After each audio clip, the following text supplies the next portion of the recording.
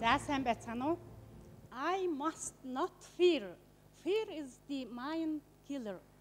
Яагаад би энэ эрсдлийг хэлж байна гэхээр саяхан 2 дугаар ангин нээлттэй хийсэн Dune гэдэг шинжлэх ухааны уран зөглөлт кинон дээр гардаг Spice гэдэг гайхалтай бодис байгаа. За энэ Spice гэдэг бодис нь болохоор гариг хоорондын аялалд удирдах, за ирээдүйг харах, зүгнөх зэмбэлгийн ийм чадварыг өгдөг гайхалтай бодис байгаа. Тэгэхээр би энэ бодистой урааныг зүүрлэж ярих гэсэн юм. За уран яагаад энэ бодистой ижил төстэй болов гэвэл уран нь өөрөө нэгдүгээрт бол юун дээр байгаль дээр 15 төрлийн орд байдаг ч гэсэн Spice шиг элсэн дотор байдаг, элсний ширхэг завсар байдаг ийм урааны ордын төрөл байна. За тэгээд энэ ураанаас өөрөөс нь цэвэр эрчим хүч, ногоо энэ эрчим хүч гэж хэлээд байгаа. Нүүрс гიშлийн хий ялгаруулдаггүй ийм энерги эрчим хүчийг гаргадаг цөмийн түлшний үндсэн түүхийд болдог. Тэгээд цөмийн эрчим хүчийг бол өнөөдөр дэлхий дээр үйлдвэрлэж байгаа 50 гаруй улс байгаа юм байна. Жилдээ 65 мянган тонн урааныг хэрэглэж 440 реактораар эрчим хүч үйлдвэрлэж байна. За энэ эрчим хүчний үйлдвэрлэл, цөмийн эрчим хүчний хэрэглээгээрээ Америкийн нэгдсэн улс бол тэргүүлж идэм байна. За дараа нь бол манай өмнөд хөрш Хятад улс, тэгээд Франц улс, Орос улс, за өмнөд Солонгос гэдэг энэ орнууд бол ингээд үйлдвэрлэл дээр орж байна. За Аз твд болохоор зэрэг эрчим хүчний хэрэглээ, цөмийн эрчим хүч талдаа бол реакторын одоо энэ хэрэглээгээр бол эрчим хүч үйлдвэрлэлээр Хятад улс бол тэргүүлж байна. За хамгийн олон реактортай ойрын үед бол одоо 25 реакторыг бол нэмж барьж байгуулахаар ажиллаж байна. Дэлхий дээр одоо ашиглаж байгаа нийт 440 реактораар дэлхийн нийт эрчим хүчний хэрэглээнийхээ 12%-ийг бол цахилгааны хэрэглээг бол хангаж байгаа.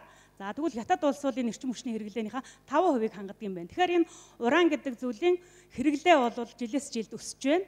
Цөмийн эрчим хүч үйлдвэрлэл ихсэж байна. Реакторын тоон нэмэгдэж байна. Тийм учраас дэлхий дээр ураны эрэлт бол ихсгэн байна. За ураны үнэ ч бас өсөж байна. Өсөх хандлагатай байна. Өнөөдрийн байдлаар 1 паунд уран буюу 454 грамхан уран $87 байна. Энэ бол цаашдаа өсөх хандлагатай байна. За тэгээд энэ цөмийн түлш гэдэг зүйлийг ашиглаад цэвэр эрчим хүч гаргаж байгаа. За тэгээд цөмийн түлш нь өөрөө ийм батарей байгаа. За хүний хурууны нэг үедээ тэнцэх ийм жижигхэн батарейн дотор 10 г уран байгаа. За тэгээд энэ уран 10 г уран маань өөрөө 1 тонн буюу 1 портер машин дүүрэн нүүрсийг одоо шатаасантай ижил ийм их эрчим хүчийг гаргаж байна. За газрын тосоор харьцуулж үзэх юм бол 600 литр газрын тос шатаасантай хэрэгэлсэнтэй адилхан эрчим хүч гаргах нь байна. За байгалийн хийгээр авч үзэх юм бол 60 тонны 8 ширхэг ийм цистерн дүүрэн байгалийн хийг ашигласантай тэнцэх ийм энерги гаргах нь байна.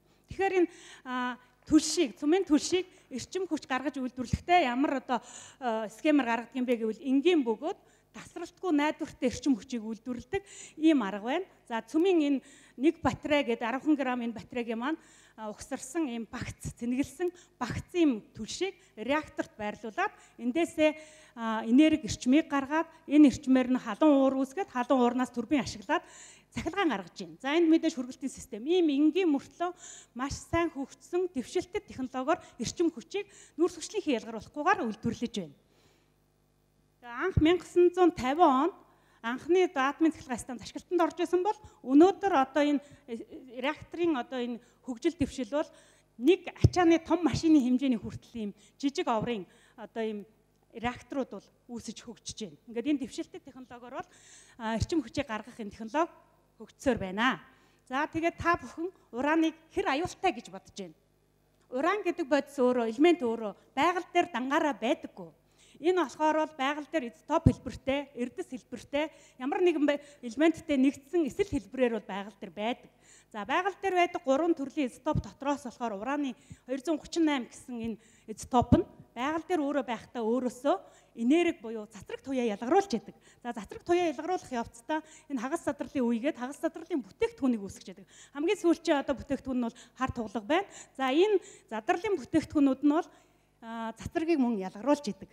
Тэгэхээр альфа, бета, гамма гэсэн 3 цацраг байна. Гамма цацраг нь болохоор хамгийн их буюу хол зайг туулдаг. За тэгвэл энэ гамма цацрагаас яаж хамгаалах вэ гэвэл хар туглагаар хамгаалцдаг. Хар туглагыг нэвтэрч чадахгүй. За бета цацраг нь болохоор алюминиум буюу бидний нөгөө хоол хүнсэндээ хэрэгэлдэг одоо цаас байдаг ш туглагын цаасаар хаах боломжтой.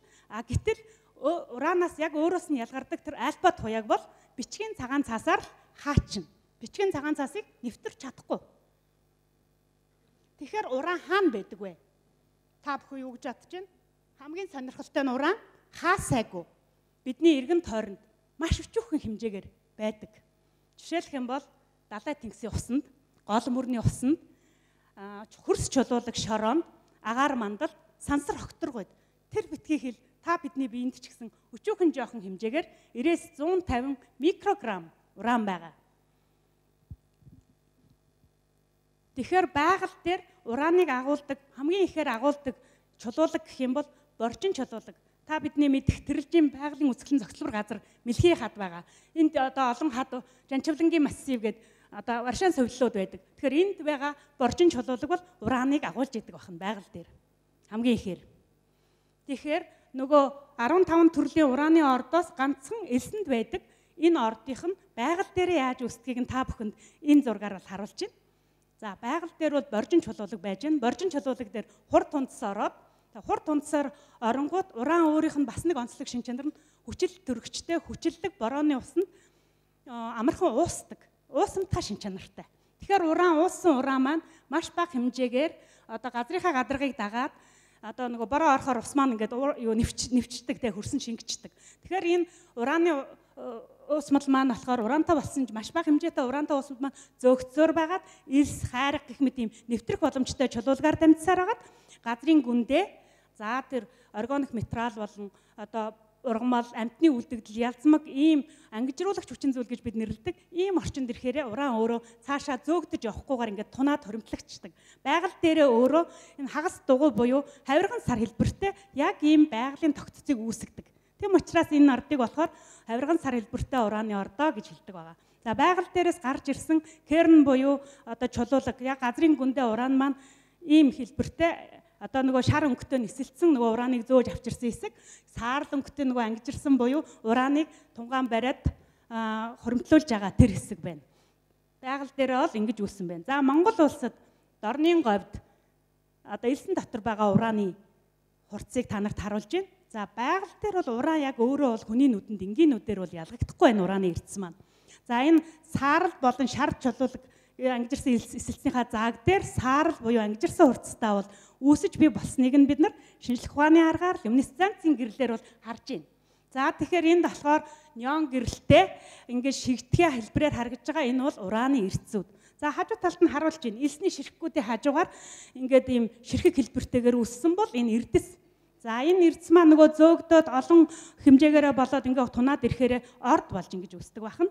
За тэгээ хамгийн сонирхолтой элсэн дотор байдаг ингэж зөөгдөж үүссэн ордууд, ураны ордууд дэлхийд хамгийн түгээмэл тархалттай, тэгтээ маш бага агуулгатай байдаг. Бага агуулга гэхээр та бүхэн одоо жишээлх юм бол нэг портер нүүрс чинь 1 тонн гэж үзэж байна те. Тэгвэл эндээс нэг цайны аяга буюу 250 грамыг л ялгаад авахд уран байх нь байна. Тэгэхээр дэлхийд дээр уул уурхайн олборлолтын 3 төрлийн л арга байдаг. Та бид мэднэ ил уурхайн арга, далд уурхайн арга гэдэг. За ил уурхайн аргаар ч гэсэн ураныг олборлдог. Энэ бол гадаргууд ойрхон газар дээр ойрхон байж байгаа энэ ураны ордыг ашигладаг арга нэгээр улс хэрэгжүүлж байна. За далд уурхай буюу гүний уурхай арга. За энэ бол газрын гүнд байгаа өндөр агуулгатай ордуудыг ашигладаг юм арга. За энийг бол Канада улсад ашиглаж байна. За газрын дор уусган олборлох арга гээд бас нэг ийм арга байна. За энэ арга бол дэлхий дээр хөгжөөж 60 жил болж байгаа ч гэсэн Монгол улсад бол шинээр нэвтрүүлж, шинээр одоо нутагшуулж байгаа ийм технологи. Тэгэхээр энэ газар дор уусган олборлох технологиор бол Казахстан улс дэлхийн тэргүүлэгч уран олборлагч энэ улс бол одоо ураныг энэ аргаар ашиглаж олборлож байна. За дэлхийн нийт уран олборлолтын 56%-ыг бол газар дор уусган олборлох технологиор олборлож байгаа бол нөгөө уламжлалт уурхай ил далд аргаар бол 38% л одоо ураны олборлолтыг бол эзэлж байна. За тэгэхээр уран олборлно гэхээр нөөц байх хэрэгтэй, орд байх хэрэгтэй тийм ээ. Тэгэхээр дэлхий дээр хаа сайгүй тархсан уран байгаа ч гэсэн, эрдэс байгаа ч гэсэн олборлох нөөц, орд болгон тэр болгон байдаггүй. Тэгэхээр дэлхий дээр нэг 15-6 орн л нөөцтэй бол Монгол улс энд эхний 10-д нөөцөөрөө явж байна. Энэ нөөцийн талаас их хувь нь элсэн дотор буюу саяны энэ газар дор уусган олборлох технологиор олборлох боломжтой ийм нөөц байгаа юм. За тэгээд энд шараар дэлхий дээр ураныг олборлож байгаа улсуудыг харуулж байна. За олборлолтоороо нэгдүгээрт Казахстан улс, дараа нь Канада улс, тэгээд Намиб улс бол тэргүүлж явж байна. За энэ олборлох бол нэг хэрэг юм. За олборлоод гаргасан ураны эслийг цөмийн эрчим хүч гаргадаг нөгөө түлш үйлдвэрлэдэг 3 улс байгаа. Тэгэхээр энэ улаанаар харуулсан энэ 3 улсад л энэ олборлож байгаа ураанаа бол нийлүүлж цөмийн эрчим хүчний түлшээр бол хангаж өгдөг байна.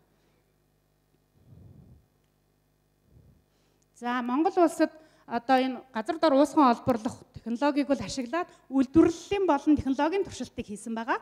За газар дээр бол уурхай байхгүй, ил далд гэдэг шиг уурхай байхгүй, үйлдвэр байна. Үйлдвэрлэлөө одоо шингэн хэлбэрт шилжүүлсэн ураанаа шугам хоолой ашиглаж шилжүүлээд үйлдвэртэй боловсруулад шар нутгийг гаргадаг байгаа. За газар дээр харагдахгүй байгаа уурхай маань газрын гүнд ямар процесс явж байна гэдгийг бид нар за хай-тек гэдэг математик загварчил ашигладаг ийм загварчлалын програмаар за ордын геологийн модель, уурхай моделийг загварыг гаргадаг.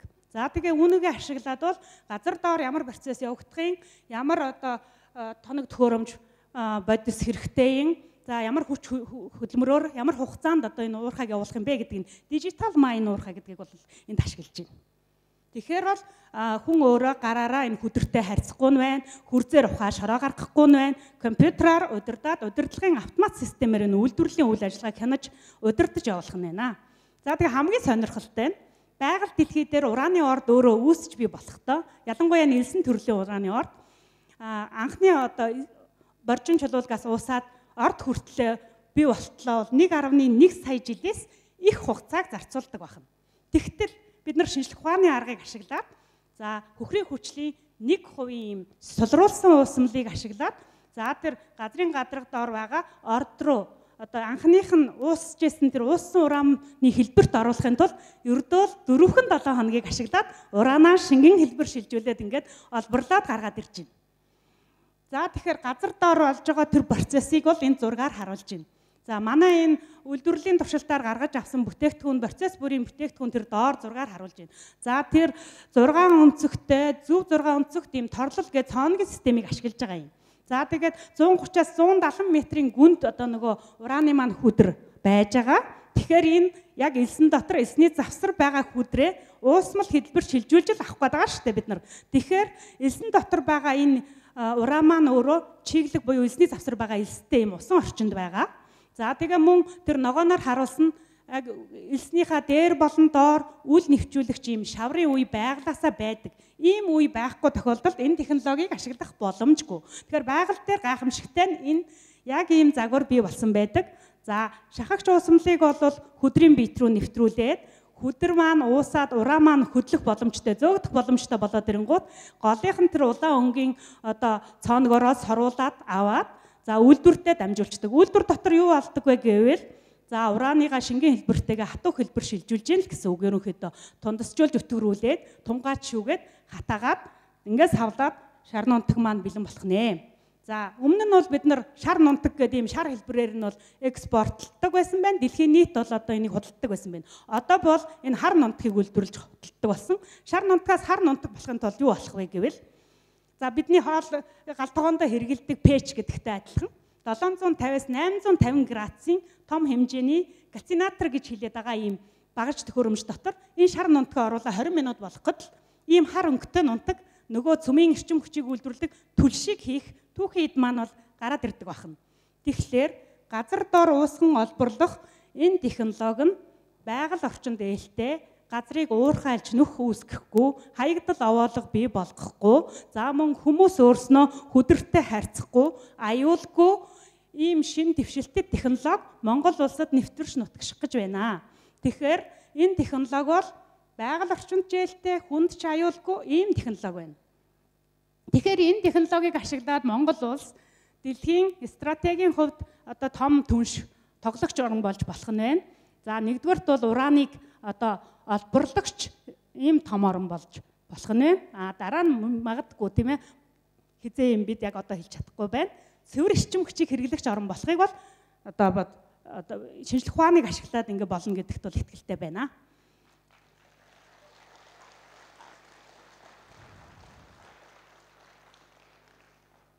I must not fear. Fear is the mind killer. За энэхүү одоо алдартай киноны маань үг байна. Бид мэдгүй зүйлээсээ айдаг. Айдас бол оюун санааны дайсан гэж хэлдэг. Монголчууд хэлдэг айсан хүнд аргал хөдлөнө гэдэг. Тэгэхээр бид мэдгүй зүйлээсээ айх хэрэггүй. Шинжлэх ухаан гэдэг бол хүнд мэдгүй зүйлийг таниулдаг, нотолж яадаг, шинжилгээ судалгаагаар ингээ үнэн зөвийг харуулж яадаг.